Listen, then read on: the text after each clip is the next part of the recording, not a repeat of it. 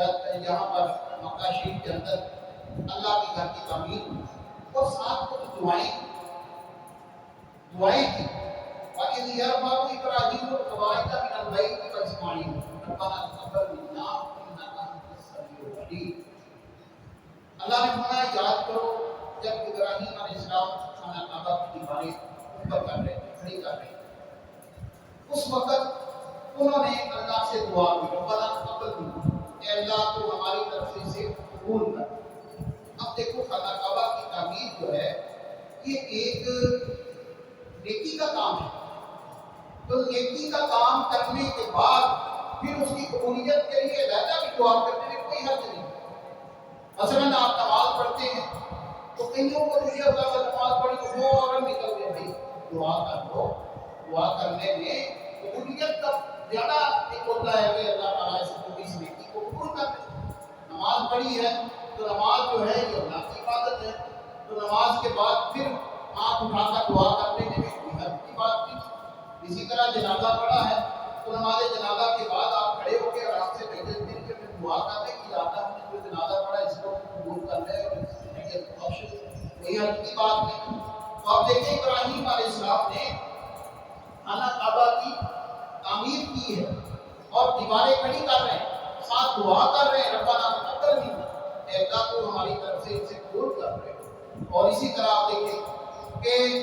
بہت بڑی دعا اہل مکہ کے لیے جو اس شہر کے لیے ابراہیم علیہ السلام نے کی ربنا وبعث فیہم رسولا منہم یتلو علیہم آیاتک ویعلمہم الکتاب والحکمۃ ویزکیہم انک انت العزیز الحکیم. ابراہیم علیہ السلام نے دعا کی کہ یا اللہ یہ تیرے گھر کے اندر تیرے شہر مکہ کے اندر جو میں تیرے گھر کی تعمیر کر رہا ہوں، اے اللہ تو یہاں پر ایک عظیم الشان رسول بھیجنا. آپ اندازہ کریں ہمارے نبی صلی اللہ علیہ وسلم کی آمد کی ابراہیم علیہ السلام نے اس وقت دعا کی جب خانہ کعبہ کی تعمیر کی کہ اللہ تو یہاں پر ایک عظیم الشان رسول بھیجنا یتلو علیہم آیاتک، وہ رسول تشریف لائیں اور تیری آیتیں پڑھ کر ان کو سنائیں، وَيُعَلِّمُهُمُ الْكِتَابَ وَالْحِکْمَةَ، اور وہ عظیم الشان رسول ان کو کتاب کی تعلیم دے اور حکمت کی تعلیم دے، وَيُزَکِّیہم، اور ان کو پاکیزہ کرے، ان کو صاف ستھرا کرے، یعنی ان کا ظاہر باطن وہ دین کے مطابق کر کے کہ پاکیزگی کرے. تو آپ اندازہ کریں ابراہیم علیہ السلام نے جتنی بھی دعائیں کی یہ ساری اللہ تبارک و تعالیٰ نے یہ دعا کی. اللہ تبارک و تعالیٰ نے ہمارے آقا صلی اللہ علیہ وسلم کو مکہ میں پیدا کر کے ابراہیم علیہ السلام کی دعا کو قبول کیا. تو لہذا یہ ساری باتوں کا تعلق ابراہیم علیہ السلام کو اللہ نے اتنا مقام، اتنی عزت، اتنا شرف، اتنا بلند جو عزت عطا فرمائی ہے،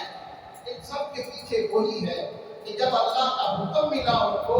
کہ ابراہیم علیہ السلام آپ اللہ کے حکم کے سامنے جھک جائیں، تو انہوں نے آگے سے کوئی بات نہیں کی بلکہ فوراً کہہ دیا کہ اللہ میں تیرے حکم کے سامنے جھک جاتا ہوں.